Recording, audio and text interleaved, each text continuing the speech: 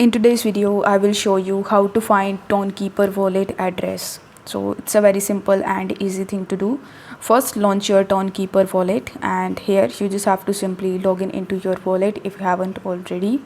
Now here on the home page, you will be able to see your current balance, and just underneath it you can see your address, and this is basically your wallet address which you can use in order to deposit your cryptos in your TonKeeper wallet.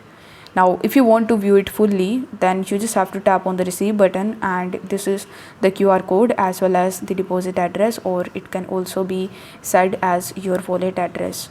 Now in order to copy it, simply tap on the copy button over here and it will show you that the address is now copied. Now if you want to share this address with anyone, then tap on the share icon and select any of the applications that you want to use in order to share this deposit address with your friends or family members, or to the person who is depositing you crypto in your TonKeeper wallet, and you are done. So thanks for watching this video. I'll see you in the next video.